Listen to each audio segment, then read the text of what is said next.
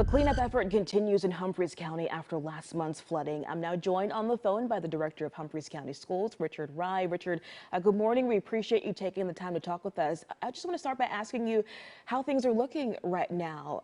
How is the cleanup efforts and the recovery going as far as the schools are concerned? Well, right now we've got Waverly Central High School back in session. We've got all students back at all day long.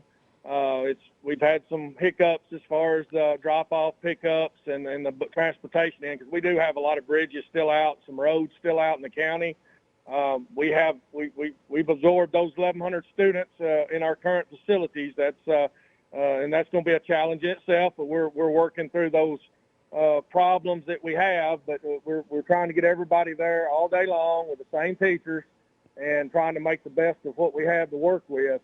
And right now, like I said, we've got some of the drop-off problems and pickup, but through that, we're getting there. It's just going to be a slow. It's not going away today. It's not going away tomorrow. It's going to be years to come for us to get back on our feet again. My goodness. What's the community involvement been like? How have people been rallying to help out the schools there? It's just amazing. Some different businesses have come in from not even in this county. Have reached out to try to help, and the directors, other systems, directors of schools from other systems.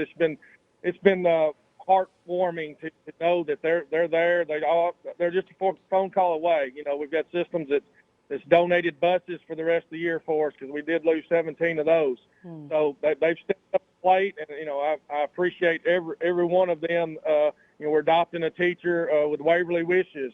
Where they're taking all these students, these teachers that lost all these classroom supplies and all things. Some of them for 30 years. They've been veteran teachers 30 years. They lost everything in their room. So these districts have come out and they've adopted a teacher, and some of them more than one teacher. And it's just been great, and they communicate with those districts, and they keep them updated on what's going on, what they need, and they've been just stepping up the plate. And really, it's been awesome. It really has. Wow.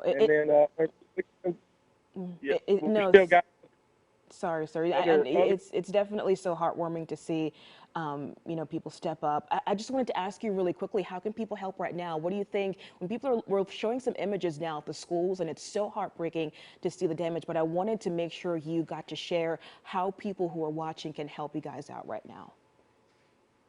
Right now, like I said, we're trying to get back on our feet. As far as that help, if they want to donate to a particular school or the district itself, and us use that as we see fit. As far as distributing that out, they can send monetary donations. Right now, we're as we go, we're trying to see what we need as far as the desk and some of that bookshelves like that.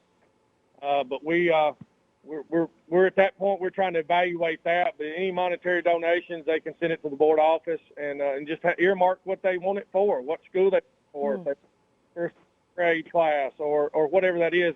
See that happens. Yes, sir. If they would like to do. But it's like I said, it's been great, the outpouring of support. It's definitely wonderful to see so many people giving back, and thank you for sharing how they can continue to support you guys. We're behind you as well, and wishing you all the best. Thank you for your time this morning, Richard. Yeah, thank you.